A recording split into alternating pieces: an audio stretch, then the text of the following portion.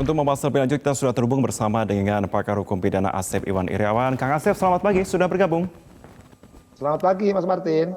Oke, Kang Asep, ini secara general bagaimana Anda melihat tuntutan jaksa untuk para terdakwa kasus pembunuhan berencana Brigadir Yosua ini? Ya, tuntutan ini kan masing-masing berbeda. Yang pertama, Suksi ini seumur hidup, yang lainnya 8 tahun, yang mengejutkan adalah 12 tahun untuk Eliezer.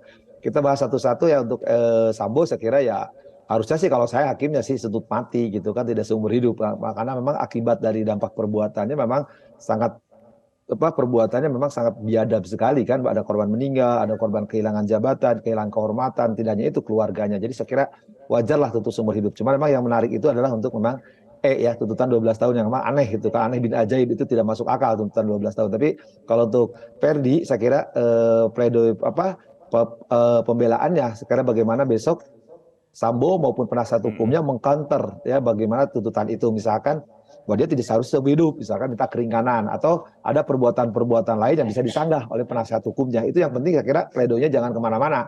Pledoinya misalkan yang menarik untuk dibahas adalah bagaimana jaksa, walaupun kata jaksa agung muda ini merupakan bumbu-bumbu, yaitu di situ adalah perselingkuhan. Nah, istilah hukum nggak ada perselingkuhan ya. Nah, tapi kalau menurut itu kan ada perkosaan, dibanting, kemudian di hal-hal atau dalam tersebutnya pelecehan seksual kan. Nah, itu saya kira bagaimana besok Verdi Sambo menyatakan bahwa dia melakukan perbuatan itu karena misalkan spontan, Oke, Kang Asep. karena keluarganya misalkan diperkosa itu kan, atau dibantai atau dibanting gitu. Tapi kalau jaksa kemarin kan dalam tuntutannya seolah-olah mengatakan bahwa itu ada perselingkuhan. Tapi menurut saya istilah perselingkuhan itu dalam hukum nggak ada gitu. Oke, tapi jaksa sepertinya menilai bahwa jaksa menilai bahwa motif itu tidak menjadi fokus utama begitu ya?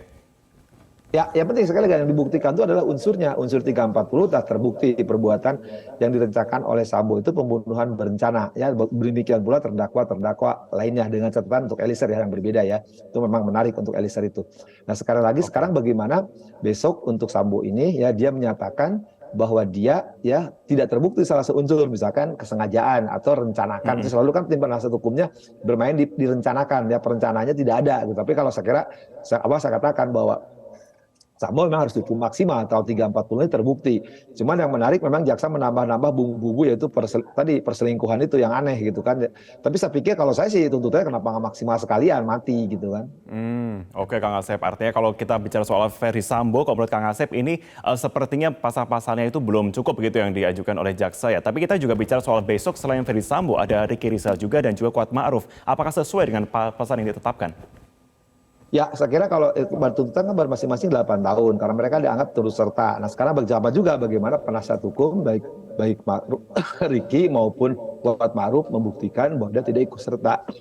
Kan seolah dia mempersiapkan misalkan tutup jendela, kemudian membawa dan tahu perbuatan, itu kan ada perencanaan-perencanaan yang diuraikan oleh jaksa umum. Nah, saya pikir bagaimana besok penasihat hukum baik dari Kuat Ma'ruf maupun dari Ricky ya menyangkal tuntutan tersebut sehingga bisa meyakinkan hakim. Ini kan kedua belah pihak akan didengar ya, ajas audi et altram partem, artinya para pihak yang terdakwanya disangkal ya silakan besok untuk menyangkal ya, sekira untuk dengan dalil-dalil yang bisa meyakinkan hakim. Nah, itu kan baru versi tuntutan jaksa. Jaksa silakan aja menuntut apapun juga, haknya jaksa. Bisa benar, bisa tidak benar, bisa salah, ya bisa benar ya bisa sebagian gitu kan, bisa salah juga sebagian. Nah, sebaliknya juga. Nah, yang penting adalah bagaimana pembelaan untuk Eliezer ini memang menarik perhatian semua ya, jika menarik perhatian publik. Justru ketuntutan dia juga kepada Eliezer ya, yang tidak, menurut saya juga ini ngawur. Misalnya tuntutan jaksa lah ngawur dan tidak masuk akal, apalagi setelah tuntutan ya yang aneh. Catatan saya yang menarik ini sebelum saya lupa ya, kan aneh. Udah tuntutan JPU yang beri keterangan ada 2 petinggi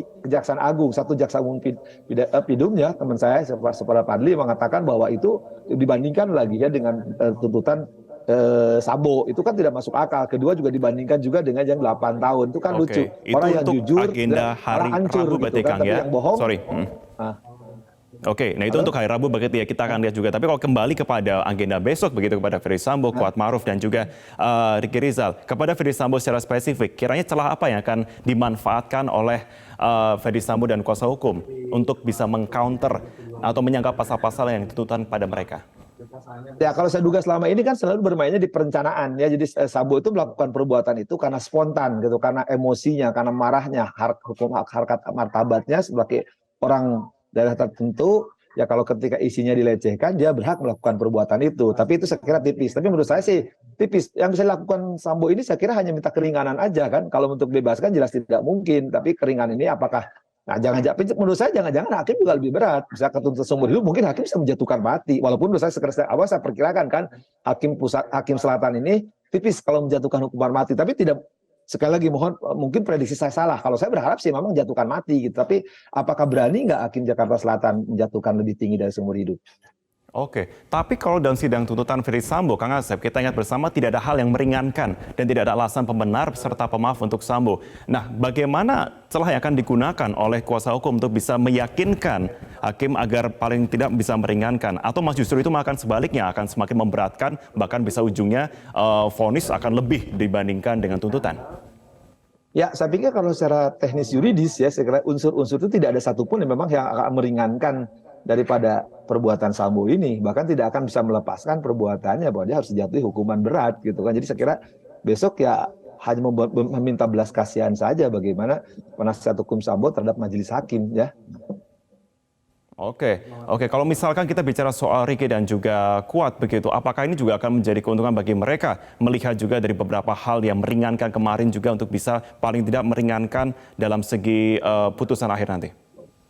Ya, kalau Ricky sama Ma'ruf saya kira ada harapan untuk diringankan ya, karena bagaimanapun dia hanya turut serta, dia hanya tunduk patuh terhadap atasannya, mungkin selama ini pengabdiannya, kemudian jiwa pengabdian kepada majikannya dia tunduk patuh, makanya dia tuh 8 tahun. Saya pikir mungkin kalau Ricky sama Ma'ruf walaupun di persidangan ya nampaknya saya pikir apakah hakim akan meringankan ataukah konform sama dengan jaksa, itu mungkin saja. Mungkin juga bisa lebih, hakim mungkin juga bisa lebih. Kalau misalkan lama ini kan Ricky sama Ma'ruf pernah dimarahin sama hakim karena kamu berbohong katanya. Mungkin itu hal yang memberatkan, bisa mungkin hukumannya lebih berat juga, atau juga bisa juga hukumannya sama, mungkin juga lebih ringan kalau Kuat sama Ricky gitu.